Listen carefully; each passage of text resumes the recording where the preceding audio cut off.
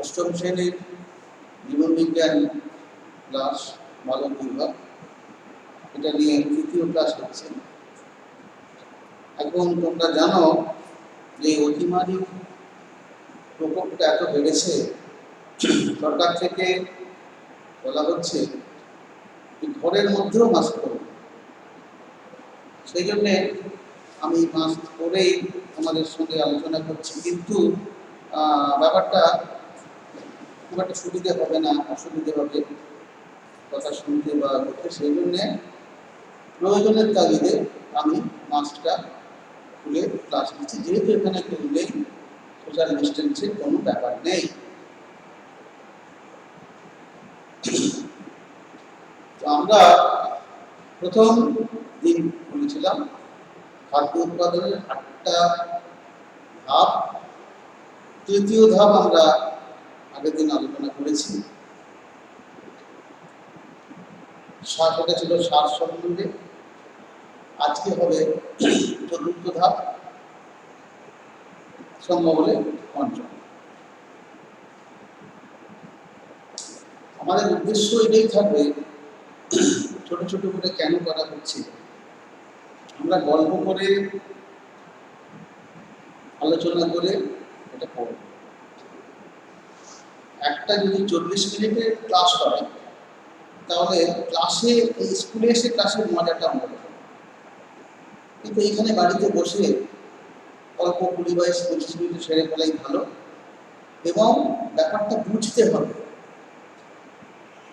আমি প্রচুর সময় কোর্স খুব ছোট্ট, এখানে কোনো টেনশন নেই, পরীক্ষার জন্যই পড়বো, মুখস্থ করবো, এই ব্যাপারটা যেন মনে বেশি না থাকে। বুঝবো, জানবো, শিখবো। তোমাদেরই ছোট ভাই বোন যদি কোনোভাবে জিজ্ঞেস করে যে আচ্ছা এটা কিছু বলে দেবো তাদের, কোনো বন্ধু সে হয়তো পারলো না, তাকে সে বললো যে একটু আমাকে বলে দিত ব্যাপারটা, তাকেও বললাম। সব কিছুই মধ্যে এটা আমরা একটা গল্পের মধ্যে, আলোচনার মধ্যে, পারস্পরিক একটা সুন্দর সহাবস্থানের মধ্যে আমরা এই পড়ছি, ক্লাসটা নিচ্ছি। তো জলের ব্যাপারটা সেই প্রথম থেকেই আবার সেই প্রশ্ন আসছে, যে প্রশ্ন সারের সময় এসেছিল। সার কি ক্লাসে বলা হয়েছিল যে 8টা মুখ্য উপাদান এবং 7টা গৌণ উপাদান, মৌল উপাদান।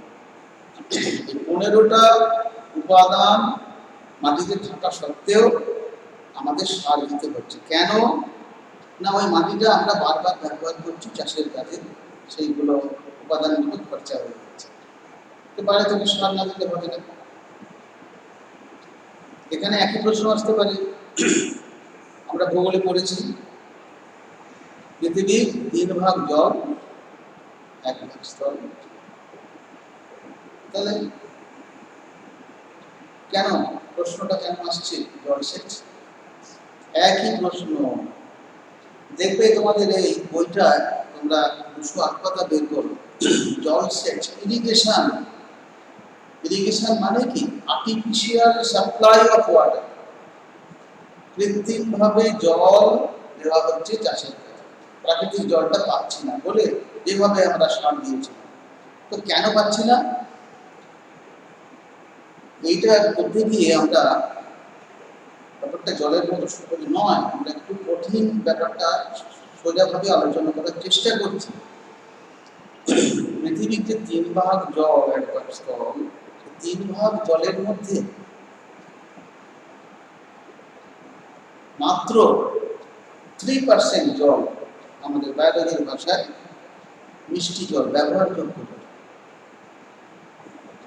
সে 3% জলের মধ্যে আবার 97.2 তারা হচ্ছে লোনা জল, সামুদ্রিক লোনা জল, ব্যবহারের অযোগ্য।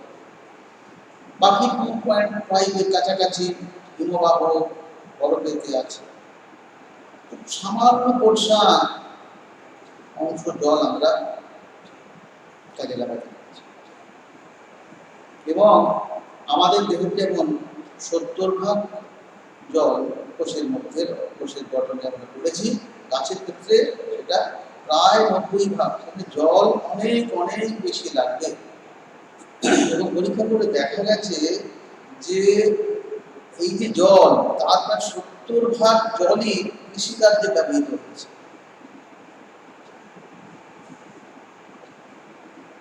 এবং আমাদের এই হিসেব করে বিজ্ঞানীরা দেখেছেন যে দৈনিক প্রায় 3000 লিটার জল লাগে চাষের জন্য পার হেড। আবার এটাও সমস্যা নয়, এটা সমস্যার সমাধান, আরো সমস্যা আছে। দৈনিক প্রায় 1500 লিটার মতো জল বাষ্পীভূত হয়ে যাচ্ছে মাঠ থেকে, বাষ্পীভূত হয়ে যাচ্ছে। সুতরাং এই জন্যে আমরা এটা নিয়ে আলোচনা করব যে আমরা এই জলের ব্যবহার খুব সতর্কভাবে করব। জল সেচ করা দরকার। মাটির জল এতই অল্প যে আমরা জল সেচ করছি, কিন্তু তার মানে যে আমরা আমাদের প্রয়োজনীয় অতিরিক্ত জল ব্যবহার করব, জলের অপচয় করব, সেটা যেন না হয়। সেটার জন্য কি করা হয়? দুটো পদ্ধতি আছে, তোমাদের বইতে দেখবে। একটা চিরাচরিত পদ্ধতি, যেটা হয়ে আসছে, এখনো অনেক জায়গায় হচ্ছে, গ্রামে, উন্নত জায়গায় হচ্ছে না। সেটা কি? যেখানে শারীরিক সামর্থ্য বেশি লাগছে, পশু শক্তি ব্যবহার করা হচ্ছে। যেমন প্রথমটা দেখো, দড়ি, বালতি, পুলি, নালা পদ্ধতি। দড়ি দিয়ে বালতি, পুলি, নালা আছে, বালতি করে জল তুলছে, একদিকে চাপছে, একদিকে জল ফেলে দিচ্ছে, চলে যাচ্ছে। কোথায়? না ক্যানেল করা আছে, ওখানে চলে যাচ্ছে। কি লাগবে? প্রচুর শক্তি লাগবে, ম্যান পাওয়ার লাগবে। আর স্বাভাবিকভাবেই আমরা বুঝতে পারছি জলের অপচয় বেশি থাকে। তারপরে দেখো দোলানো বালতি পদ্ধতি। ছবিটা দেখো, দুজন ধরে আছে, বালতি দুপাশে দড়ি আছে, এবার বালতি থেকে জল এরকম তুলছে আর ছুড়ে দিচ্ছে, তুলছে খেতে ছুড়ে দিচ্ছে, সেখানেও ক্যানেল করা আছে, জল চলে যাচ্ছে। স্বাভাবিক বুদ্ধি কি বলছে যে কতটাই জলের অপচয় এখানে হচ্ছে। 3 নম্বর, ঢেকাল পদ্ধতি। এখানে একটা বিশাল কুয়ো থেকে একটা সাইডে বালতি আছে, আর একটা সাইডে লিভার সিস্টেম করে একটা ওয়েট আছে। এইবার সেখান থেকে জল তুলছে, বালতি ঢেলে দেওয়া হচ্ছে, আবার সেই ক্যানেলে চলে যাচ্ছে। 4 নম্বর, যেটা ফার্সি চাকার হাত পদ্ধতি, এইটা অনেক বেশি শক্তি লাগবে বলে পশু শক্তি ব্যবহার করা হয়। এখানে একটা বিরাট চাকা থাকে, এই চাকাটায় একটা মাছ লাগানো থাকে, গরু বা মোষকে সেখান দিয়ে এমনভাবে ঘোরানো হচ্ছে, এই চাকার সঙ্গে আরো চাকা আছে, আরো চাকা আছে, করতে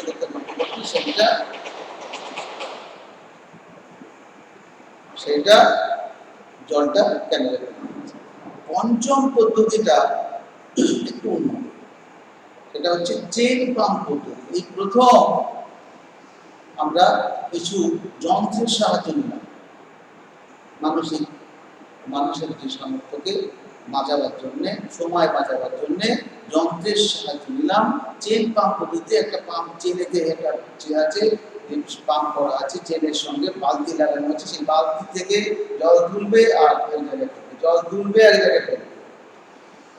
তো এই 5টা পদ্ধতি চলে আসছে, বহুদিন চলবে, কারণ আমাদের ডেভেলপিং কান্ট্রি, আমরা তো বড় লোক নই, আমরা জানি না। আর আধুনিক পদ্ধতিতে আমাদের কিছু কিছু জায়গায় চাষ হচ্ছে, অত্যন্ত সাইন্টিফিক, অত্যন্ত প্র্যাকটিক্যাল। জলের অপচয় প্রায় হয় না বললেই চলে, কিন্তু যেটা প্রচুর লাগে সেটা অর্থ লাগে, অনেক ব্যয়বহুল। কিন্তু আমাদের এটা মানতেই হবে, এটা করতে হবে। সেটা হচ্ছে ফোয়ারা পদ্ধতি, স্প্রিংকলার সিস্টেম। এটা বহু জায়গায় আছে, এটা নতুন কিছু না, অনেক জায়গায় ব্যবহার করছে। বেশি কিছু খুব একটা যে খরচা করে তা নয়। আমাদের মাতৃমন্দিরেই দেখবে, যারা ভেতরে করে যাবে, ওই গোলাপ গাছের ওখানে একটা লাগানো আছে, সেখানে কি একটা রডের মধ্যে আছে, সেইখানে ফুটো ফুটো করা একটা মেশিন করা আছে, সেইটা জলের চাপে ঘুরছে, ঘুরতে ঘুরতে জলটা চারিদিকে জল দিচ্ছে, চারিদিকে জল দিচ্ছে। এরকম নয় যে একটা জায়গায় পাম্প চালিয়ে দিয়ে একটা মোটা নল দিয়ে জল হু হু করে বেরিয়ে যাচ্ছে, এরকম নয়। আর মোস্ট সায়েন্টিফিক যেটা, সেটা হচ্ছে এইটা ড্রিপ পদ্ধতি। গাছের জলটা কোথায় দিলে ভালো হয়? গোড়ায়, মূলের ওখানে। ঠিক সেইখানে একটা সিস্টেম করা হয়েছে, মোটা পাইপ সিস্টেম করা আছে, ছিদ্র করা আছে, সেই জায়গাগুলো ঠিক গাছের গোড়ায় করবে, কিন্তু ব্যয়বহুল অথচ অত্যন্ত প্রয়োজনীয়, কারণ জলের অপচয় প্রায় ঘটে না। এই পাঁচটা এবং এই দুটো, এটা নিয়ে আমাদের চলতে হচ্ছে। কিন্তু আমাদের এটা ভাবতে হবে যে জলের যে পরিসংখ্যান আমরা করলাম, তাইতে জল সারা পৃথিবীর তথা আমাদের দেশের জল আমরা মোটেই অপচয় করব না, যার জন্য আমাদের অতি সতর্ক থাকতে হবে।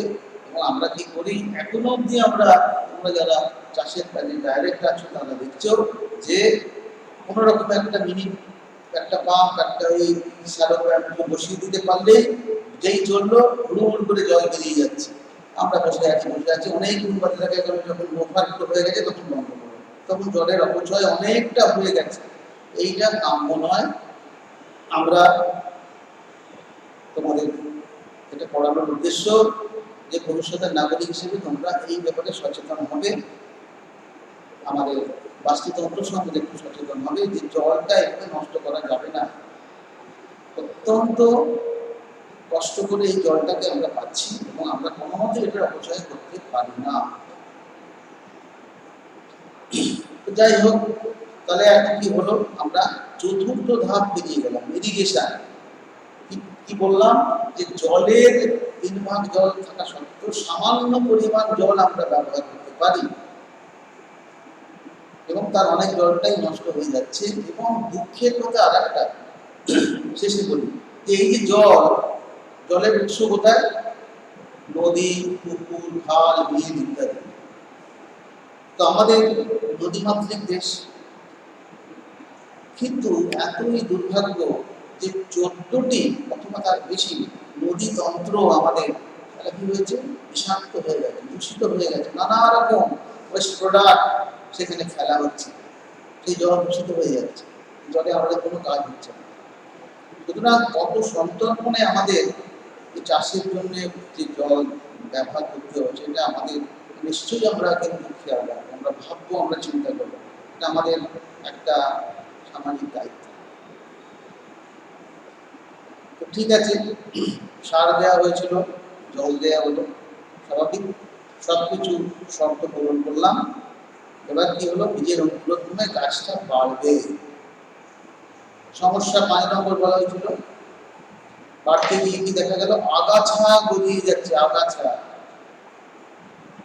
কিছু অন্য বুনো গাছ, অপ্রয়োজনীয় গাছ, তারা ওই সার, ওই জল নিয়ে কি করছে, বড় হয়ে যাচ্ছে, ক্ষতি করছে, চাষের ক্ষতি করছে।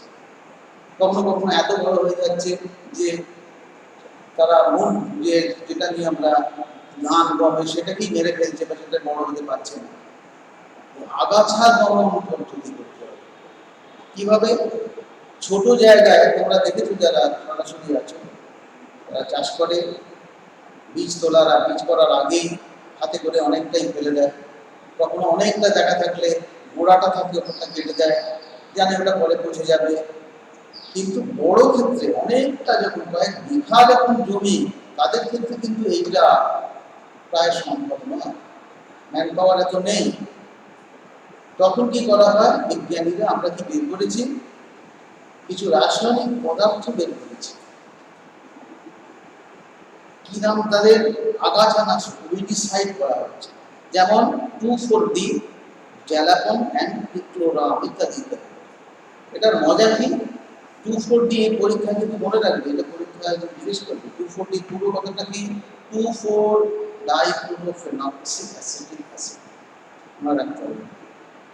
এই যে উইডিসাইড যেটা বলা হলো, আগাছানাশক, এদের মজাটা কি, যে এরা যে 2-in-1, একাধারে যে শস্য, ধান হোক, গম হোক, বজরা হোক, জোয়ার হোক, সেইটা বড় হবে, কিন্তু বাকি আগাছাটা মরে যাবে। তো একটা প্রশ্ন আমরা একটু আলোচনা করি নিজেদের মধ্যে, যে আচ্ছা এটা কি কোনো ম্যাজিক? বিজ্ঞানে তো ম্যাজিকের স্থান নেই। বিজ্ঞান এবং ম্যাজিকেও যখন ম্যাজিশিয়ানরা কি বলেন যে magic is nothing but tricks, এখানে বিজ্ঞানীরা বুদ্ধি খাটিয়ে কি বের করেছেন এই ধরনের আঁকাচানা শব্দ। তার মধ্যে প্রথম একবারে হচ্ছে প্রথম সারিতে প্রথম স্থান অধিকার করেছে 240 ডাইক্লোরোফেনক্সিঅ্যাসিড। তো কি করে এটা সম্ভব যে একই জিনিস দিচ্ছি, ধান গম ভুট্টা এদের বৃদ্ধি হচ্ছে আর আগাছাগুলো মরে যাচ্ছে? অত্যন্ত সহজ থিওরি, একটু আলোচনা করি, ভালো লাগবে শুনতে। আমরা 6 বা 7 পড়েছি গাছের ভাগে দ্বিবীজপত্রী গাছ, একবীজপত্রী গাছ। দ্বিবীজপত্রী কারা? যে সমস্ত গাছের বীজে দুটি বীজপত্র থাকে। পৃথিবীর প্রায় সব বড় বড় গাছে দ্বিবীজপত্রী, আম জাম যত কিছু দেখছে। আর একবীজপত্রী কি? তাদের একটাই বীজপত্র থাকে, যেখানে বীজপত্র বীজতক আর ফলত্রক আলাদা করা যায় না। জেনারেলি 70 কেন 80% শস্য যারা তারা এর মধ্যে পড়ে। তো আমরা ধান গম ভুট্টা জোয়ার এসব চাষ করছি, এরা একবীজপত্রী। আগাছা যেগুলো গজিয়ে যাচ্ছে পাশে, তাদের 95% দ্বিবীজপত্রী। মজাটা কি হলো না, একবীজপত্রী যেগুলো ধান গম তো তোমরা দেখেছো কি হয়, একবীজপত্রী মানে তা সেইটি পড়াও হয়েছে, পড়বে যে এদের যে নালিকা বান্ডিল, ভাস্কুলার বান্ডিল, যেটা নালিকা বান্ডিল, তাইতে ক্যাম্বিয়াম বলে থাকে না, জাইলেমার ফ্লোয়ের মধ্যে ক্যাম্বিয়াম থাকে না। তারপরে কি হয়, তাদের গ্রোথ চওড়ায় গ্রোথ হয় না, মোটা হয় না, তারা প্রস্থে বাড়ে না, শুধু লম্বায় বাড়ে। আর দ্বিবীজপত্রী যারা, তাদের কি হয়, জাইলেমার ফ্লোয়ের মাধ্যমে মধ্যে ক্যাম্বিয়াম থাকে, যারা দৈর্ঘ্যও বাড়ে প্রস্থেও বাড়ে। এবার মজা হলো এই যে 240 বা যে 20 যেগুলো দেয়া হবে, এইগুলো একবীজপত্রী যেগুলো আছে তাদের বৃদ্ধি শুরু হয় গোড়া থেকে, মূলের গোড়া থেকে। আর দ্বিবীজপত্রীতে পরের ক্লাসে আছে, টেনে পড়বে, এদের পাতাগুলো অনেক বড় বড় এবং এদের বৃদ্ধি সবসময় আগা থেকে শুরু হয়। এবং ওইগুলো কি করে, 240 মজা হলো যে ওরা দ্বিবীজপত্রী গাছের পাতার যে কোষ, সেই কোষগুলোর বৃদ্ধিটাকে নষ্ট করে দেয়, বৃদ্ধিটাকে গোলমাল করে দেয়, আনকন্ট্রোল গ্রোথ করে দেয়, যেগুলো সেগুলো মরে যায়, ভালো হয় না। অথচ সেইটা এই একবীজপত্রীটা ধান গম যেটা আমাদের লক্ষ্য, সেইটাকে কিন্তু সুন্দরভাবে বৃদ্ধিতে সাহায্য করে। উদাহরণটা কিরকম, একটা উদাহরণ নেওয়া যায়। সাপের কথা আমরা শুনেছি যে সাপের মুখে বিষ থাকে, সাপের কিছু হয় কিছু হয় না। অথচ সাপ যদি কাউকে কামড়ায়, সেই বিষ দংশন করলে তার মৃত্যু অবধি হতে পারে। ঠিক এখানে 240 ওদের কিছু করছে না, ওদের গ্রোথ ভালোভাবে হচ্ছে, কিন্তু দ্বিবীজপত্রী যেগুলো আগাছা হয়ে যাচ্ছে, বড় বড় চড়া পাতা, তাদের কোষের যে বৃদ্ধি আনকন্ট্রোল গ্রোথ এটা নষ্ট করে দিচ্ছে, বৃদ্ধিটা ঠিক হচ্ছে না, এবং তার ফলে গাছগুলো ঠিক মতো বাড়তে পারছে না, মরে যাচ্ছে বা নানান একটা কিছু হচ্ছে। অথচ এই গাছের বৃদ্ধি হয়ে যাচ্ছে। 3টে নাম অন্তত তোমাদের মনে রাখতে হবে কিন্তু এখানে, পার্থেনিয়াম, অ্যামারান্থাস, চেলোপোডিয়াম আর ঘাস। একদম ঘাস আছে, দেখুন কিন্তু দুর্বা ঘাস না, ঘাসের মতো বড় বড় মোটা মোটা হয়, ধানের শীষের মতো তার থাকে, এগুলো কিন্তু আগাছা, এইগুলোকে মারতে হবে। এইবার আরো একটা জিনিস মনে রাখতে হবে, যেটা আমরা রোজ বলছি, যে এই যে দুটো জিনিস মনে রাখতে হবে। আগাছা দমনের যে পেস্টিসাইড, এটা অত্যন্ত দামি, গাছের পক্ষে ক্ষতিকারক, তাদের পক্ষে আগাছার পক্ষে ক্ষতিকারক, ওই গাছের পক্ষে ক্ষতিকারক নয়। আগাছা দমন করছে, কিন্তু ক্ষতিকারক তাদের পক্ষে, আমাদের পক্ষে, মানুষের পক্ষে। যে প্যাকেট, যেগুলো টিন আছে প্যাক, সেখানে লেখা থাকে যে মুখে চাপা দিয়ে তবে সেগুলো স্প্রে করতে, কারণ তার শরীরে কি হচ্ছে, ক্ষতি করে দিচ্ছে। কিন্তু তোমরা ভালোভাবে জানো, যারা চাষের সঙ্গে সরাসরি যুক্ত আছো, কতটা আমরা মুখে বেঁধে স্প্রে করি। এই পুরোনো কথা, চোরা আসনে ধর্মটা এত বলা হচ্ছে, এত বলা হচ্ছে, প্রতিদিন দেখছো যে মাস্ক ব্যবহার করুন, অন্তত 2 গজ দূরত্ব বজায় রাখুন, হাত সবসময় ভালো করে ধোবেন, ঘরে স্যানিটাইজার দিয়ে, জামা কাপড় বাইরে থেকে এলে গরম জলে অন্তত করবেন। কিন্তু আমরা কিরম করছি সে তোমরা ভালো করে জানো। আর একটা হলো যে অতিরিক্ত ব্যবহার, এই যে যত এইসব মিডিসাইড আছে তার গায়ে লেখা থাকে 1 লিটার জলে একটা দিতে হবে, তার বেশি নয়। কিন্তু আমরা কি ভাবছি যে একটু বেশি করে দিই, বেশি পোকা পড়ে যাবে, বেশি কিছু হবে, কিচ্ছু নয়। লস অফ মানি, অর্থের অপচয়, অর্থের অপচয়, আর কিছু বেশি হবে না, কিচ্ছু বেশি হয় না। কিন্তু আমরা সেটা করি, এবং যে নির্দেশ দেওয়া আছে সেই নির্দেশের বাইরে গিয়ে বা নির্দেশ না মেনে আমরা কিন্তু কিছুই করি না, মুখে কোনো কিছু পারি না, ওই স্প্রে করে যাচ্ছি বা ওই পাশাপাশি হচ্ছে ওইখানেই আমরা করছি। অদ্ভুত ব্যাপার। এখন এইগুলো আমাদের মেনে নিতে হবে, আস্তে আস্তে আমাদের এই কালচার তৈরি হবে, তবে আমরা এটাকে মানতে পারব। আর ইরিগেশনের পক্ষে যেটা, সেটা কিন্তু সবটাই আমাদের হাতে না, কেন আমাদের ডেভেলপিং কান্ট্রি, তথাকথিত গরিব দেশ, এই চিরাচরিত কোথায় আমরা কিন্তু পড়ে থাকি, এখানে আমাদের কিন্তু কতটা দোষ নেই।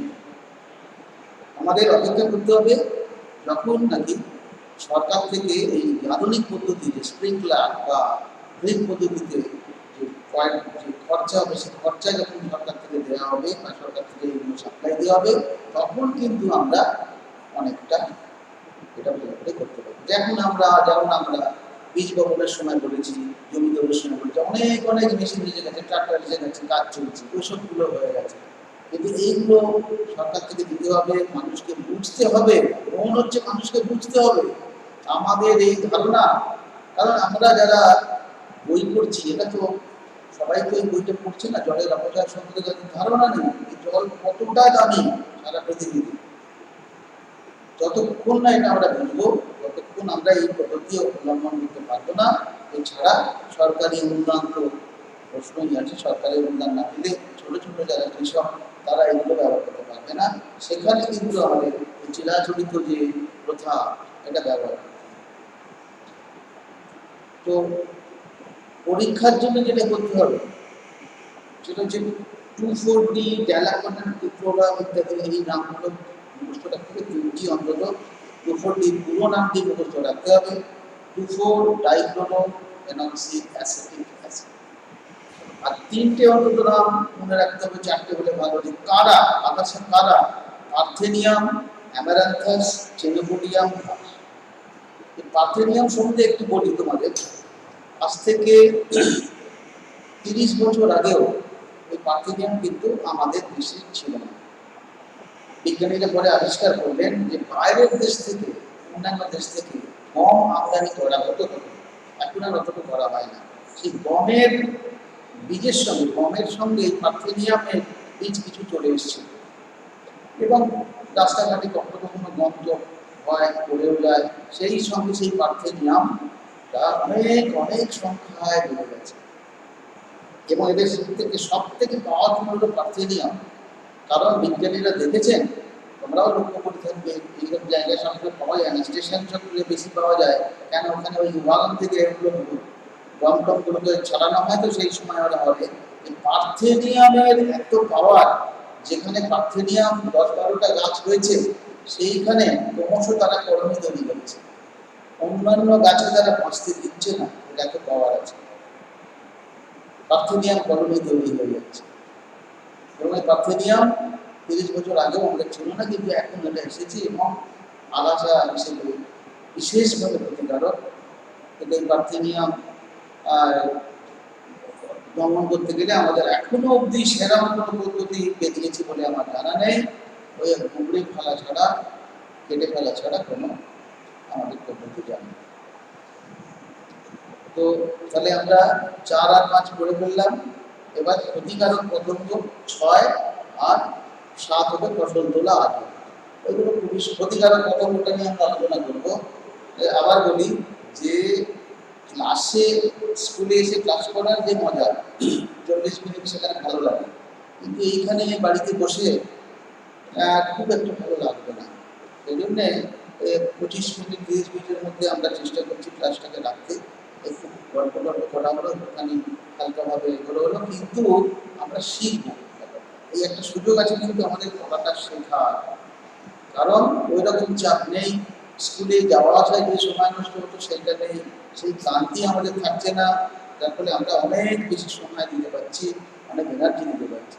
সেই জন্য এই সুযোগে আমরা একটু বেশি করে জানবো, একটু শিখবো। যেমন আমরা এই যে জলের কি কি আছে, জল শিক্ষা শিখলাম, তার সঙ্গে সঙ্গে এগুলো জানলাম জলের প্রয়োজনীয়তাটা কত কত কত বেশি, কত দামি এই জল।